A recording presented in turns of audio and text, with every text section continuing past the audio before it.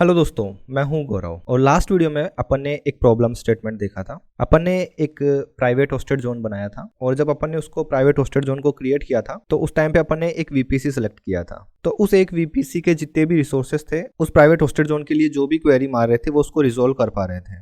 But अपने पास एक दूसरा वीपीसी और था। उस दूसरे वीपीसी से अगर कोई भी रिसोर्स क्वेरी कर रहा था तो वो उसको रिजोल्व नहीं कर पा रहा था। ये अपने पास एक प्रॉब्लम स्टेटमेंट था। सेम यही प्रॉब्लम कब होगी, जब सपोज आपने एक site to site VPN configure कर रखा है। साइट टू साइट वीपीएन अपन कब कॉन्फ़िगर करते हैं ये मैंने आपको पुराने वीडियोस में बता रखा है, बट यहाँ पे फिर भी मैं एक लाइन में बताना चाहूंगा। जब आपका जो प्राइवेट डाटा सेंटर है उसको आपने AWS के डाटा सेंटर के साथ लिंक करवा रखा है, राइट, तो उस टाइम पे अपन site to site VPN configure करते हैं। तो उस टाइम पे आपके प्राइवेट डाटा सेंटर के जो भी रिसोर्सेज हैं वो अगर क्वेरी चलाएंगे उस प्राइवेट होस्टेड जोन के लिए तो वो उसको रिजोल्व नहीं कर पाएगा। अभी ऐसा नहीं है केवल वो दो वीपीसी के केस में, अगर वहां पे अगर आपका साइट टू साइट वीपीएन है उस केस में भी सेम वही प्रॉब्लम आएगी। तो ये जो प्रॉब्लम है इसको रिजोल्व कैसे करते हैं, पहले तो मैं आपको एक डायग्राम बता देता हूँ, ठीक है। सारे के सारे डायग्राम मैंने इंटरनेट से ही उठाए, मैंने खुद ने नहीं बनाए, मेरी ड्राइंग इतनी अच्छी नहीं है। तो आप देख सकते हैं यहाँ पे एक ऑन प्रेमिसेस डाटा सेंटर है, यहाँ पे एक अलग से डीएनएस रिजोल्वर लगा हुआ है और अपने पास आप देखिए यहाँ पे राउट 53 रिजोल्वर है और यहाँ पे अपना प्राइवेट होस्टेड जोन है। तो अगर इस वीपीसी का कोई भी रिसोर्स प्राइवेट होस्टेड जोन के लिए रिक्वेस्ट करेगा तो वो क्वेरी रिजोल्व हो जाएगी, कोई प्रॉब्लम नहीं है।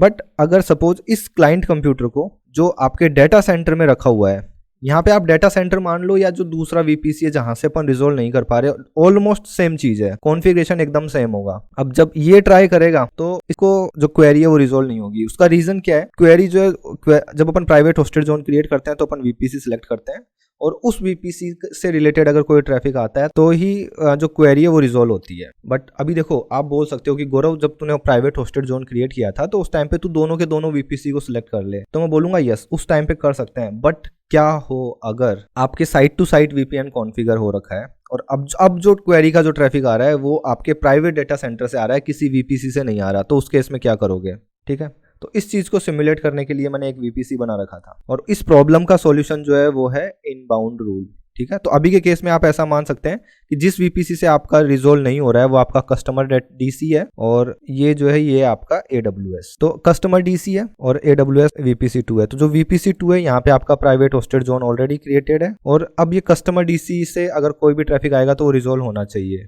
सेम यही चीज अपन अब वीपीसी के केस में कॉन्फ़िगर करने वाले हैं। तो अगेन मैं आपको बता देता हूँ, अपने पास जो है वो है demo.example.com, ये एक प्राइवेट सब डोमेन है जो अपन ने बनाया था।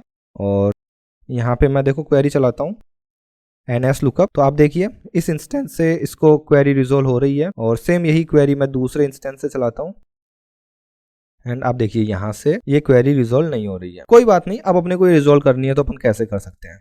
मैं यहाँ पे जाता हूँ अपने राउट 53 पे एंड यहाँ पे मैं सिलेक्ट करता हूँ इनबाउंड एंड पॉइंट्स। तो ये क्या करेगा कि इनबाउंड एंड पॉइंट उस वीपीसी के अंदर जो प्राइवेट होस्टेड जोन होगा उसको क्वेरी आ सकेगी बाहर से, ठीक है। अब बाहर से ऐसा नहीं है पूरी दुनिया से आएगी, अपन यहाँ पे बताने वाले हैं कि कहाँ कहाँ से क्वेरी आ सकती है। सो क्रिएट इनबाउंड एंड पॉइंट पे मैंने क्लिक किया, इसका नाम दे देता हूँ मैं यूट्यूब एंड पॉइंट, ठीक है। अब यहाँ से आपको आपका जो वीपीसी है वो सिलेक्ट करना है। तो अपनी जो क्वेरी आने वाली है वो किस वीपीसी में आने वाली है, तो मैं जो वीपीसी है मैं मेरा जो डिफॉल्ट वीपीसी है उसके पास क्वेरी आने लग जाएगी। एंड यहाँ पे आपको एक सिक्योरिटी ग्रुप सेलेक्ट करना है। जो सिक्योरिटी ग्रुप है वो सिक्योरिटी ग्रुप ऐसा होना चाहिए कि उसके अंदर डीएनएस क्वेरी जो है वो इनेबल होनी चाहिए। तो मैं यहाँ पे एक सिक्योरिटी ग्रुप क्रिएट कर लेता हूँ। EC2 पे क्लिक किया, security group, create security group, DNS।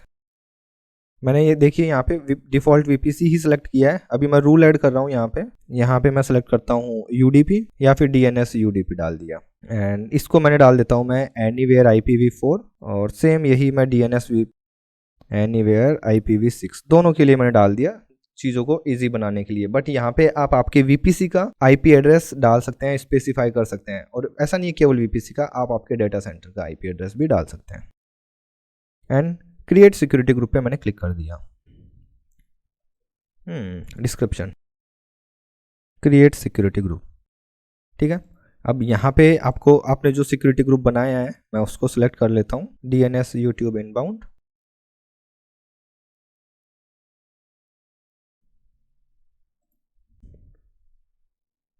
और यहाँ पे आपको अवेलेबिलिटी जोन सिलेक्ट करने रहेंगे, मैं सिलेक्ट कर लेता हूँ।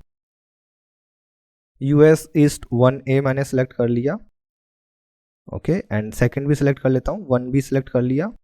Okay, and create inbound and point पे क्लिक करता हूँ। आप देखिए एंड पॉइंट्स जो है वो क्रिएट हो गए हैं, और जब ये एंड पॉइंट क्रिएट हुए तो आप देखिए मेरे को यहाँ पे आईपी एड्रेस में 2 आईपी एड्रेस दिख रहे हैं। एंड इंटरेस्टिंग चीज़ यहाँ पे ये है कि ये जो 2 आईपी एड्रेस मिलेंगे, इनको वो जो अपन ने सिक्योरिटी ग्रुप क्रिएट किया था वो अटैच हो जाएगा। ठीक है, तो अब इस आईपी एड्रेस पे डीएनएस क्वेरीज इनेबल रहेंगी। बेसिकली मेरे को आपको ये चीज़ बतानी थी। इसको, ये जो स्टेटस है इसको अपन क्रिएट होने देते हैं। ओके, सो ये क्रिएट हो चुका है, एंड अब मैं इस पर क्लिक करता हूँ। एंड ये जब मैंने इस पर क्लिक किया तो आप देखिए यहाँ पे ये मेरे को 2 आईपी एड्रेस मिल गए हैं। यहाँ पे आप देखिए मैं इसको रिजोल्व नहीं कर पा रहा था। मैं एक बार क्लियर स्क्रीन करके वापस से ट्राई करता हूँ। ये देखिए मैं demo.example.internal को मैं रिजोल्व नहीं कर पा रहा था, आप देख सकते हैं। देन मैंने आपको लास्ट वीडियो में बताया था कि अपन ट्राई कर सकते हैं 172.17.0.2। तो आप देखिए उस क्वेरी को भी रिजोल्व नहीं कर रहा था, कुछ देर के लिए ये टाइम आउट वाली एरर दे देगा। तो अभी के केस में मैं टाइम बचाने के लिए Ctrl+C प्रेस कर देता हूँ एंड वापस से करता हूँ। एंड अब यहाँ पे मैंने जो ये वाला जो नेम सर्वर है इसको रिक्वेस्ट ना भेज के मैं रिक्वेस्ट किधर भेजता हूँ, मैं रिक्वेस्ट भेजता हूँ ये जो 2 आईपी एड्रेस है इनको कॉपी करता हूँ, ये IP address, Ctrl+Shift+V and enter. अब आप देखिए रिजोल्व हो गई क्वेरी, राइट। सो ये मैंने आपको एक वीपीसी के केस में करके बताई थी, बट अगर आप खुद का आपका प्राइवेट डेटा सेंटर है तो वहाँ पे भी सेम यही प्रोसेस है। आपको एक आईपी एड्रेस मिल जाएगा, आप एक इनबाउंड रूल बना दीजिए, और अब आपका जो प्राइवेट डाटा सेंटर के अंदर जो डीएनएस है उसको ऐसा कॉन्फ़िगर करो कि अगर क्वेरी रिजोल्व आपके लोकल डाटा सेंटर के अंदर अगर कोई भी क्वेरी रिजोल्व नहीं हो रही है तो आपके पास AWS के अंदर भी प्राइवेट होस्टेड जोन है, या AWS के अंदर भी आपके पास एक डीएनएस सर्वर है जो ये रहा। आप यहाँ पे जाके क्वेरी करो, और यहाँ पे भी नहीं मिल रहा तो उसको फिर आगे भेज दो। तो इस तरीके का कॉन्फ़िगरेशन आपको आपके डीएनएस सर्वर में करना रहेगा। तो ये एक चीज़ थी जो मुझे आप लोगों को बतानी थी। तो दोस्तों इस वीडियो में इतना ही, मिलते हैं अगले वीडियो में, बाय बाय।